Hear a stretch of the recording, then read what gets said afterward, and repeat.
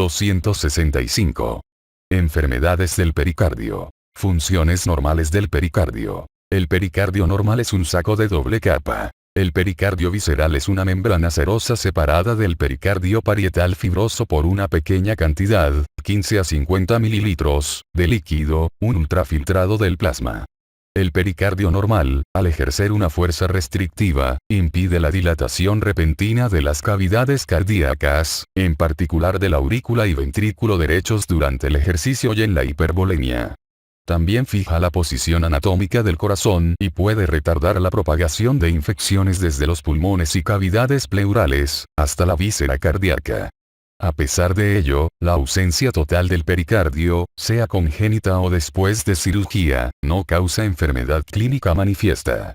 En el caso de defectos parciales pericárdicos izquierdos, la arteria pulmonar y la aurícula izquierda pueden sobresalir a través del defecto. En muy contadas ocasiones, la hernia y la estrangulación de la aurícula izquierda pueden ocasionar la muerte súbita. Pericarditis aguda. La pericarditis aguda es, con mucho, el proceso patológico más frecuente que afecta el pericardio, cuadro 265.1, y posee 4 características diagnósticas principales. 1.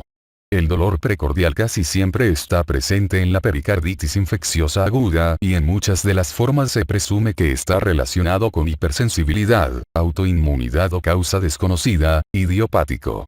El dolor de la pericarditis aguda suele ser intenso, retroesternal y en el área precordial izquierda, y se irradia al cuello, los brazos o el hombro izquierdo. Con frecuencia el dolor es pleurítico, consecuencia de la inflamación pleural acompañante, es decir, agudo y agravado por la inspiración y la tos, aunque en ocasiones es constante, se irradia al borde del trapecio o al otro brazo y se parece al de la isquemia miocárdica. Por tanto, es frecuente la confusión con el infarto miocárdico agudo. Sin embargo, como dato característico, el dolor pericárdico puede ceder cuando la persona se sienta y flexiona la cintura hacia adelante, y se intensifica con el decúbito dorsal, capítulo 11. El dolor no está presente a menudo en la pericarditis tuberculosa de evolución lenta, la pericarditis después de radiación y las formas neoplásicas, urémica y constrictiva.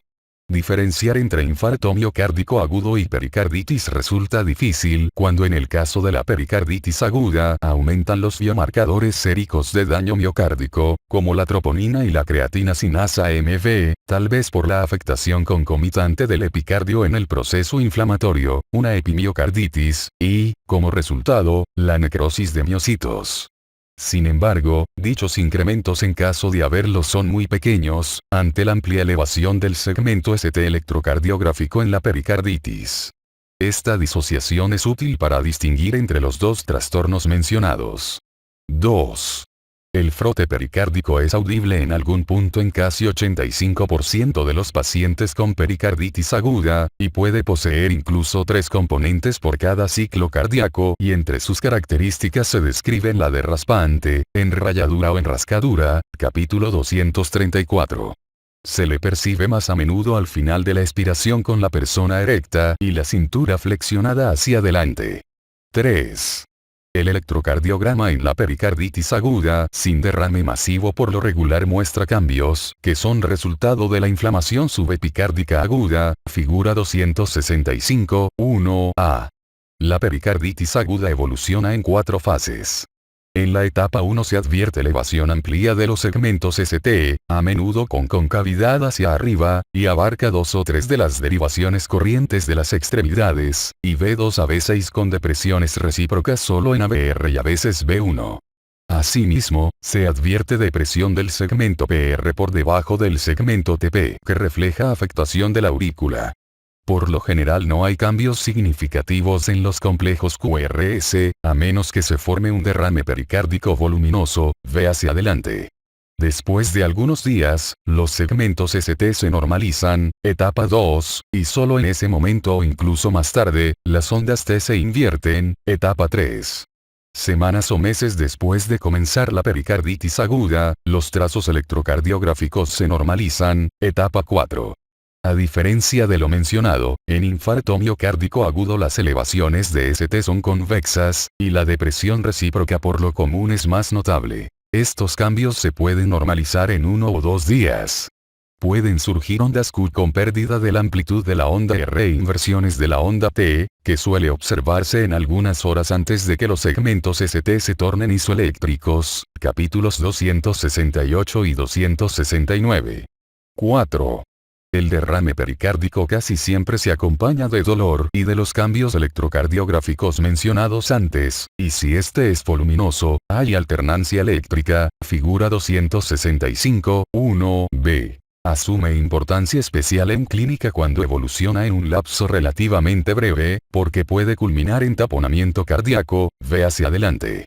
En la exploración física puede ser difícil diferenciarlo de cardiomegalia, pero los ruidos cardíacos pueden ser más débiles en el caso del derrame pericárdico. El frote y el impulso apical pueden desaparecer.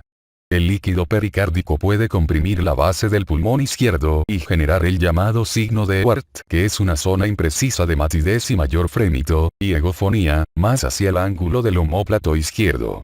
Es probable que la radiografía torácica muestre crecimiento de la silueta cardíaca, con configuración en botella de agua, aunque puede ser normal en pacientes con derrames pequeños. Diagnóstico. La ecocardiografía, capítulo 236, es la técnica de imagen más usual.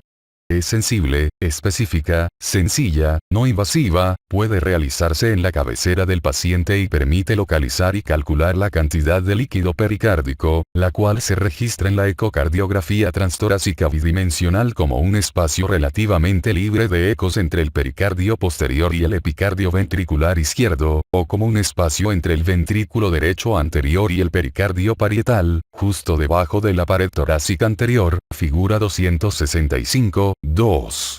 El diagnóstico de la presencia de líquido o del engrosamiento pericárdico se puede confirmar con tomografía computarizada o imágenes por resonancia magnética, técnicas que pueden ser mejores que la ecocardiografía para detectar derrames loculados, engrosamiento del pericardio e identificación de masas. La resonancia es útil para detectar inflamación pericárdica, figura 265, 3. Tratamiento.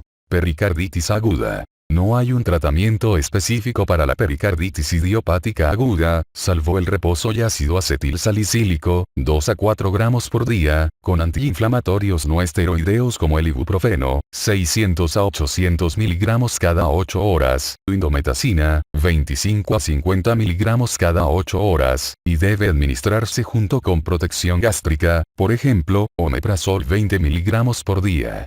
En caso de haber respuesta positiva, se continúan las mismas dosis por 1 o 2 semanas y se disminuyen en el curso de más semanas. Además, debe administrarse colchicina, 0,5 miligramos cada 24 horas menores de 70 kilos o 0,5 miligramos cada 12 horas mayores de 70 kilos, por 3 meses. La colchicina intensifica la respuesta a los antiinflamatorios no esteroideos y ayuda a reducir el riesgo de pericarditis recurrente. La colchicina se concentra en los neutrófilos e interfiere en su migración, pero está contraindicada en sujetos con disfunción hepática y renal y puede producir diarrea y otros efectos secundarios del tubo digestivo.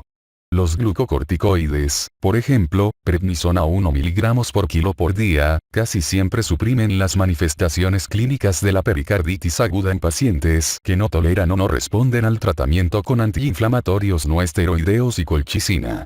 Sin embargo, como aumentan el riesgo de recurrencia subsiguiente, deben administrarse dosis completas de corticosteroides solo por 2 a 4 días, con reducción gradual posterior. No deben administrarse anticoagulantes, porque pueden ocasionar hemorragia dentro de la cavidad pericárdica y el taponamiento.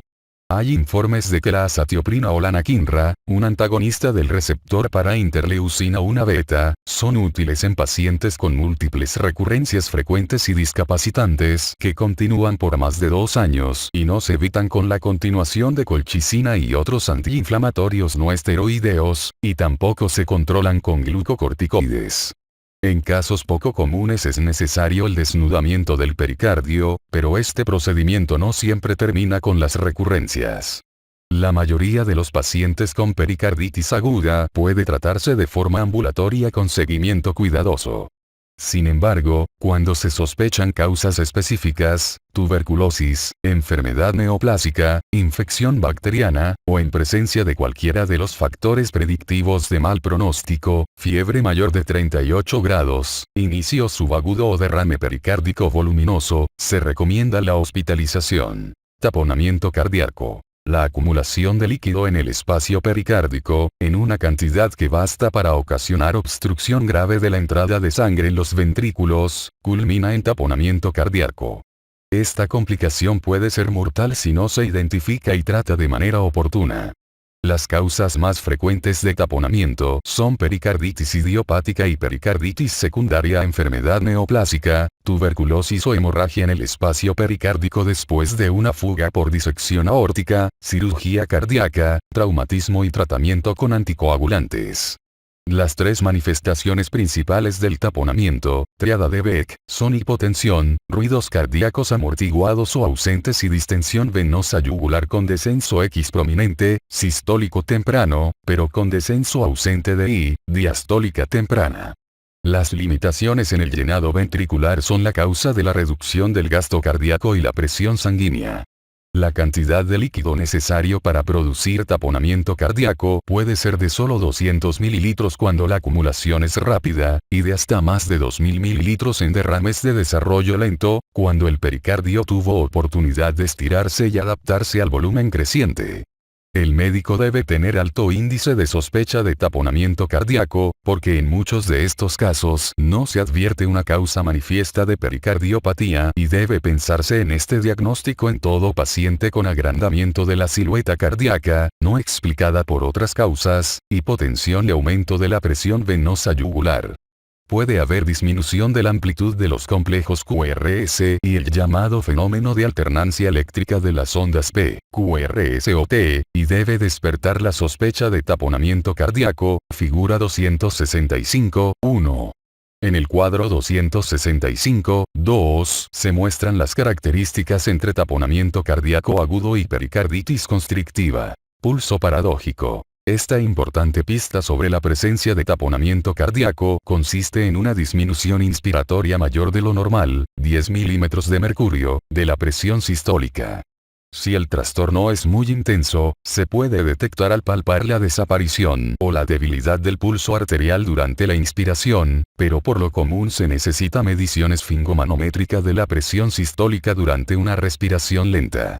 Como ambos ventrículos comparten una cubierta rígida incompresible, por ejemplo, el saco pericárdico, el crecimiento inspiratorio del ventrículo derecho produce un abultamiento hacia la izquierda en el tabique interventricular, lo que comprime y reduce el volumen ventricular izquierdo, el volumen por latido y la presión arterial sistólica. El pulso paradójico también se presenta en 33% de los pacientes con pericarditis constrictiva, ve hacia adelante, y en algunos casos de choque hipovolémico, enfermedad obstructiva aguda y crónica de vías respiratorias y embolia pulmonar. El infarto del ventrículo derecho, capítulo 269, puede remediar el taponamiento cardíaco al surgir hipotensión, aumento de la presión venosa yugular, ausencia del descenso y en el pulso venoso yugular y, a veces, pulso paradójico, cuadro 265, 2. Diagnóstico. El tratamiento inmediato del taponamiento cardíaco puede salvar la vida, de modo que deben iniciarse medidas expeditas para corroborar el diagnóstico por medio de ecocardiografía. Si el derrame pericárdico ocasiona taponamiento, en la ecografía Doppler se advierte un incremento extraordinario de las velocidades de flujo por las válvulas tricúspide y pulmonar durante la inspiración, en tanto que las velocidades de flujo por vena pulmonar y válvulas mitral y aórtica disminuyen, como ocurre en la pericarditis constrictiva, ve hacia adelante figura 265, 4. El taponamiento se advierte con movimiento penetrante telediastólico, colapso, de ventrículo derecho, la pared libre y la aurícula derecha. Se indican ecocardiografía transesofágica, tomografía o resonancia cardíacas, para identificar un derrame loculado que ocasione el taponamiento cardíaco. Tratamiento. Taponamiento cardíaco. Es necesario observar con frecuencia a todos los pacientes con pericarditis aguda en busca de signos de derrame. En presencia de un volumen sustancial, debe realizarse la pericardiocentesis o vigilar al paciente en forma estrecha con ecocardiografía periódica para detectar signos de taponamiento, además de vigilar las presiones arterial y venosa. Pericardiocentesis. Si aparecen manifestaciones de taponamiento, se realiza de inmediato una pericardiocentesis con acceso apical, paraesternal o, más a menudo, subxifoideo, ya que, de no tratarlo, el taponamiento puede ser letal en poco tiempo. Siempre que sea posible, este procedimiento debe realizarse con guía ecocardiográfica. Conforme se prepara al paciente para este método, se administra solución salina por vía intravenosa, pero la pericardiocentesis no debe retrasarse. En la medida de lo posible, antes de extraer el líquido pericárdico, se mide la presión intrapericárdica y se drena la cavidad pericárdica de la forma más completa posible. Se puede dejar un catéter fino con múltiples orificios, que se introducirá sobre la aguja insertada en la cavidad pericárdica, para drenar el espacio pericárdico en caso de que se acumule de nuevo el líquido. En el taponamiento repetitivo puede ser necesario el drenaje quirúrgico a través de una toracotomía limitada, subxifoidea, cuando es necesario extraer derrames loculados y si se requiere obtener tejido para diagnóstico o surgen las situaciones anteriores de consumo. El líquido pericárdico propio de un derrame posee las características físicas de un exudado. En países desarrollados, la causa más frecuente del líquido sanguinolento es una neoplasia, insuficiencia renal o una lesión cardíaca. En países en vías de desarrollo, la tuberculosis, a menudo relacionada con infección por virus de inmunodeficiencia, también puede causar derrame exudativo o sanguinolento. Se realiza recuento de eritrocitos y leucocitos, además de citología para detección de células neoplásicas en el líquido pericárdico. Es preciso realizar cultivos. La presencia del ácido desoxirribonucleico de Mycobacterium tuberculosis identificada por la reacción de cadena de polimerasa refuerza netamente el diagnóstico de pericarditis tuberculosa, capítulo 173. Pericarditis viral aguda o idiopática. En muchos casos, la pericarditis aguda se presenta junto con enfermedades de origen viral identificado o supuesto, y probablemente se origina por el mismo agente. En situaciones comunes, se advierte que hubo alguna infección de las vías respiratorias, pero el aislamiento de virus y los estudios serológicos son negativos. En algunas situaciones se han aislado del líquido pericárdico los virus Coxsackia o los virus de gripe, influenza, hecho, parotiditis, herpes simple, varicela, adenovirus o citomegalovirus, o se han encontrado incrementos de las concentraciones de anticuerpos virales, o ambos. Con frecuencia no se identifica un origen viral y en estos casos tal vez convenga utilizar la denominación de pericarditis aguda idiopática. La pericarditis aguda viral o idiopática afecta a personas de todas las edades, pero es más común en adultos jóvenes y a menudo acompaña a derrames pleurales y neumonitis. La presencia y evolución casi simultánea de fiebre y dolor precordial, a menudo 10 a 12 días después de una supuesta enfermedad por virus, constituye un signo importante en la diferenciación de pericarditis aguda, de infarto miocárdico agudo, en que antes de la fiebre hay dolor del tórax. Los síntomas generales suelen ser leves o moderados y percibirse un frote pericárdico. La enfermedad sigue una evolución de unos días a 4 semanas. Son frecuentes los incrementos de la proteína C reactiva y del recuento de leucocitos. Las alteraciones del segmento ST en el electrocardiograma por lo común desaparecen después de una semana o más, pero las ondas T irregulares persisten a veces por años y pueden ocasionar confusiones en personas sin un antecedente claro de pericarditis. Es frecuente que se acompañe de un poco de derrame pericárdico, y entre las complicaciones posibles, pero poco frecuentes, están el taponamiento y la pericarditis constrictiva. La complicación más frecuente es la pericarditis repetitiva o recidivante que se observa en 25% de los pacientes con pericarditis idiopática aguda. En un pequeño número de personas se advierten múltiples recidivas. Síndrome poslesión cardíaca. La pericarditis aguda puede surgir en diversas circunstancias que poseen una característica común: la lesión previa del miocardio y el paso de sangre a la cavidad pericárdica. El síndrome puede surgir después de una cirugía del corazón, síndrome pospericardiotomía, luego de traumatismos no penetrantes o penetrantes del corazón, capítulo S8, o después de la perforación del corazón con un catéter. En pocas ocasiones ocurre después de infarto miocárdico agudo. El cuadro clínico recuerda al de la pericarditis viral o idiopática aguda. La manifestación básica es el dolor de la pericarditis aguda, que por lo regular surge 1 a 4 semanas después de la lesión del corazón. Las recidivas son frecuentes y se presentan incluso 2 años después o más de ocurrida la lesión. Los signos notables son fiebre, pleuritis o neumonitis y el episodio de la enfermedad suele ceder en 1 o 2 semanas. La pericarditis puede ser de la variedad fibrinosa o ser derrame pericárdico que por lo regular es sanguinolento, pero puede causar taponamiento.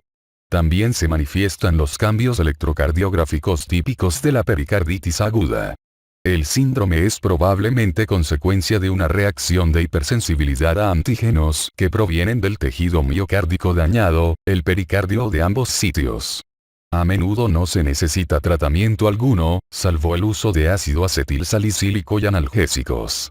Si el cuadro es intenso o seguido de una serie de recidivas incapacitantes, por lo común es eficaz el uso de un antiinflamatorio no esteroideo, colchicina o un glucocorticoide, como se describe para el tratamiento de la pericarditis. Diagnóstico diferencial. No existe un método específico para identificar la pericarditis idiopática aguda, por lo que el diagnóstico es de exclusión. En consecuencia, se consideran los demás cuadros que pueden acompañarse de pericarditis fibrinosa aguda. Un error diagnóstico frecuente es considerar de forma errónea a la pericarditis viral o idiopática aguda como infarto miocárdico agudo o viceversa.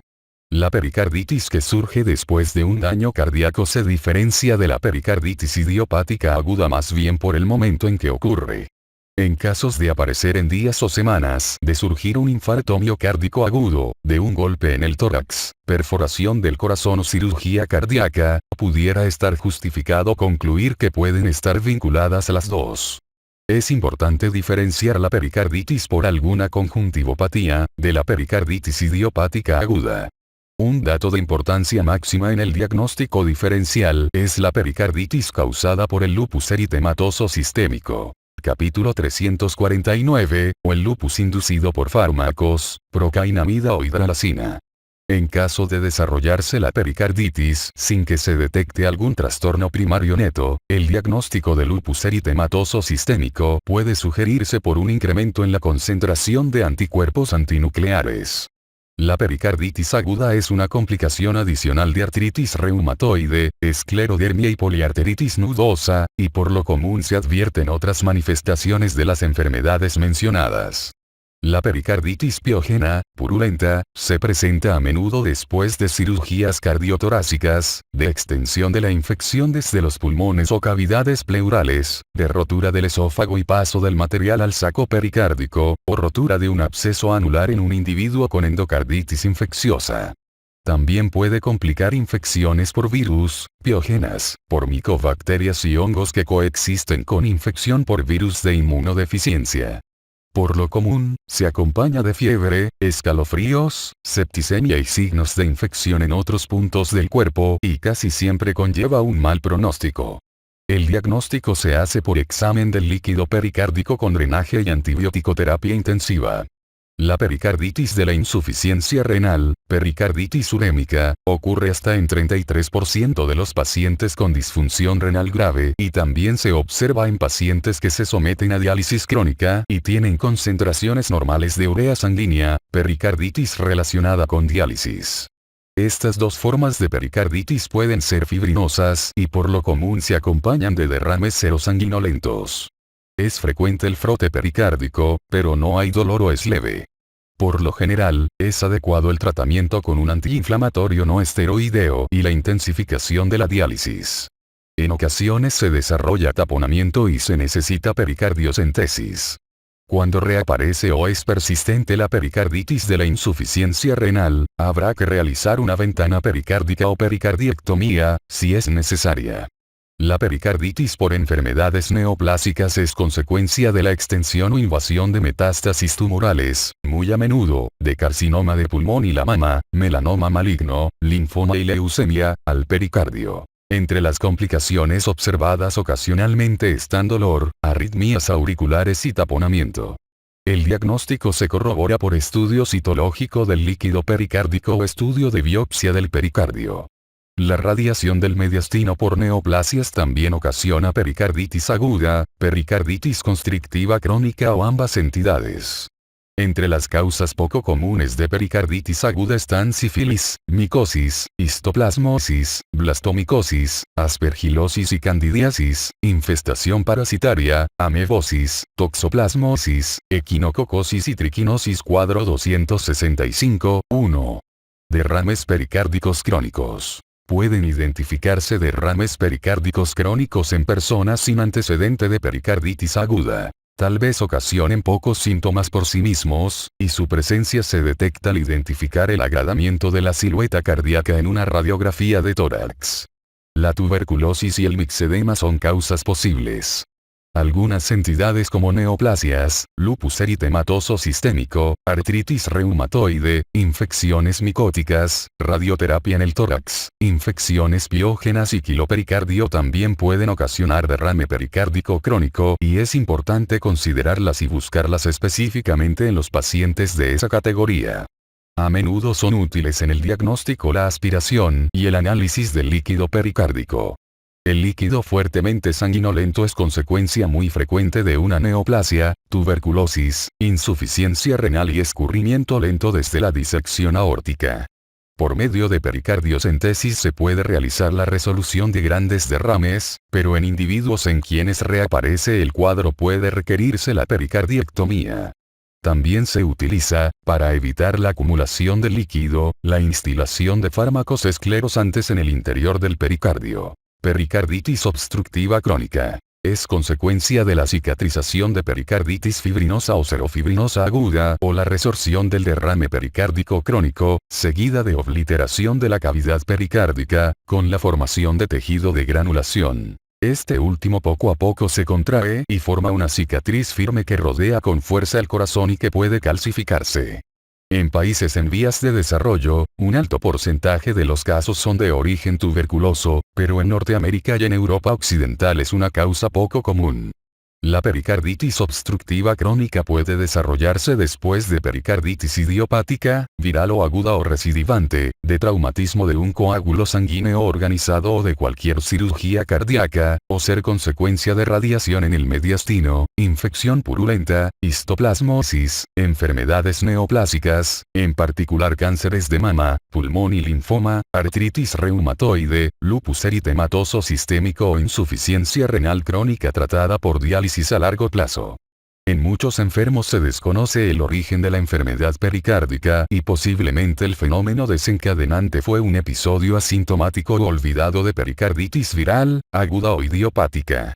La irregularidad fisiológica básica en individuos con pericarditis constrictiva crónica es la incapacidad de los ventrículos para llenarse, por las limitaciones impuestas por el pericardio engrosado y rígido. El llenado ventricular se entorpece al inicio de la diástole, pero disminuye de manera repentina cuando se llega al límite elástico del pericardio, en tanto que en el taponamiento cardíaco el llenado ventricular se entorpece durante toda la diástole.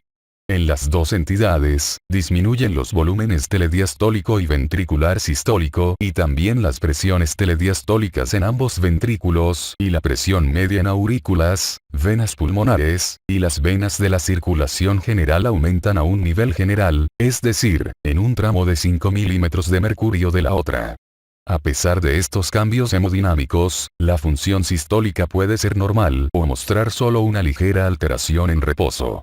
Sin embargo, en casos avanzados el proceso fibrótico se extiende a veces al miocardio y causa cicatrices y atrofia en él y en tal situación la congestión venosa puede provenir de la combinación de efectos de lesiones en pericardio y miocardio.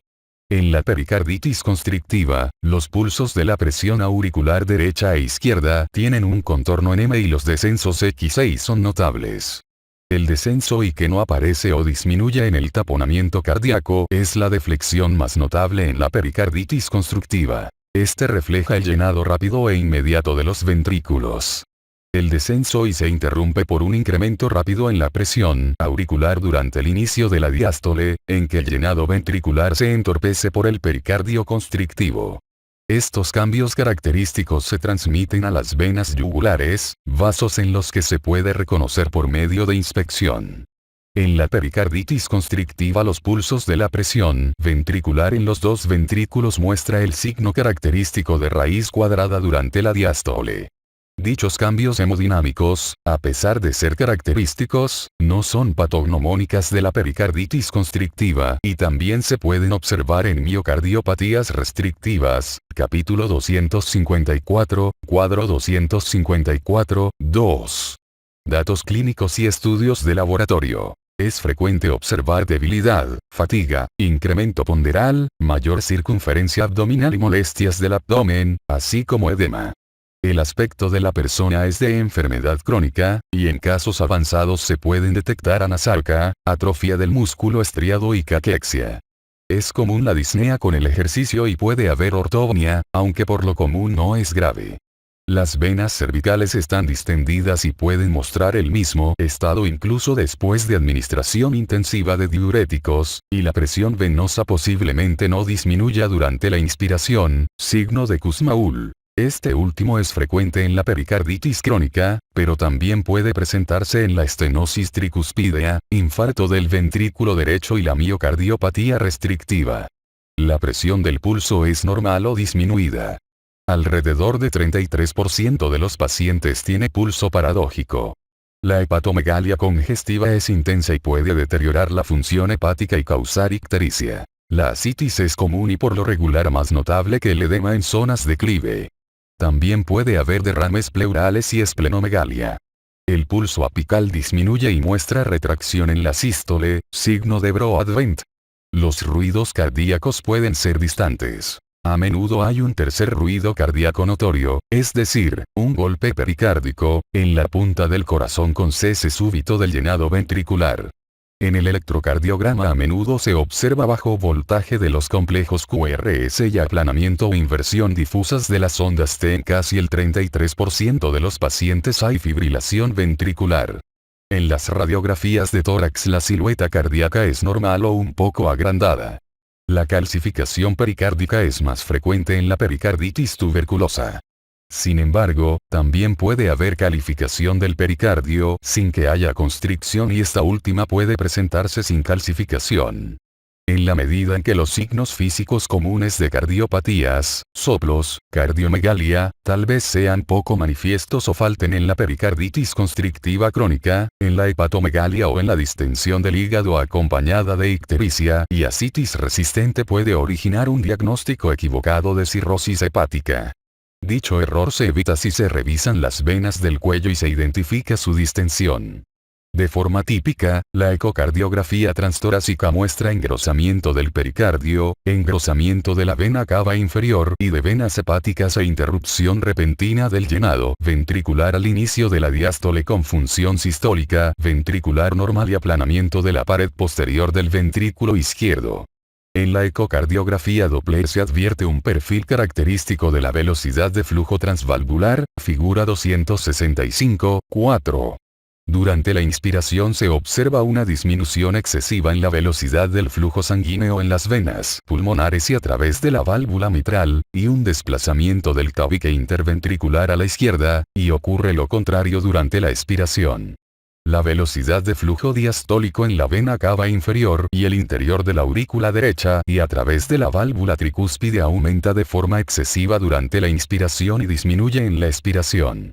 Sin embargo, los trazos ecocardiográficos no permiten descartar de manera definitiva el diagnóstico de pericarditis restrictiva. La tomografía y la resonancia son más precisas que la ecocardiografía para confirmar o descartar la presencia de engrosamiento de pericardio. Diagnóstico diferencial. Como en la pericarditis constrictiva crónica, la cardiopatía pulmonar, capítulo 252, puede acompañarse de hipertensión venosa sistémica marcada, ligera congestión pulmonar, ausencia de crecimiento cardíaco y pulso paradójico. Sin embargo, en caso de haber corazón pulmonar, suele manifestarse la neumopatía avanzada del parenquima y la presión venosa disminuye durante la inspiración, por ejemplo, el signo de Kussmaul es negativo. La estenosis tricuspidea, capítulo 261, también puede remediar la pericarditis constrictiva crónica. Igualmente notables son la hepatomegalia congestiva, esplenomegalia, ascitis y distensión venosa. Sin embargo, en la estenosis tricuspidea por lo regular se detecta un soplo característico y el soplo de la estenosis mitral acompañante. La pericarditis constrictiva puede corregirse por medios quirúrgicos, razón por la cual es importante diferenciar la forma crónica de la misma de la miocardiopatía restrictiva, capítulo 254, que presenta anomalías funcionales similares, es decir, restricción del llenado ventricular. Los signos de la diferenciación se resumen en el cuadro 265, 2. Cuando la persona muestra insuficiencia cardíaca congestiva, incapacitante y poco sensible, y tiene cualquiera de los signos de la cardiopatía constrictiva, se realiza ecocardiografía Doppler para el registro de los efectos que tiene la respiración en el flujo transvalvular, figura 265, 4, y también se realiza resonancia o tomografía para identificar o descartar pericarditis constrictiva, porque esta última suele ser corregible. Tratamiento. Pericarditis constrictiva. La ablación del pericardio es el único tratamiento definitivo de la pericarditis constrictiva y debe ser lo más completo posible.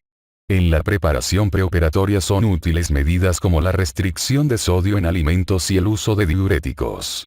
Es importante realizar arteriografía coronaria en el preoperatorio en personas mayores de 50 años para descartar alguna arteriopatía coronaria acompañante, no sospechada. Los beneficios obtenidos con la decorticación cardíaca por lo regular son progresivos en un lapso de meses.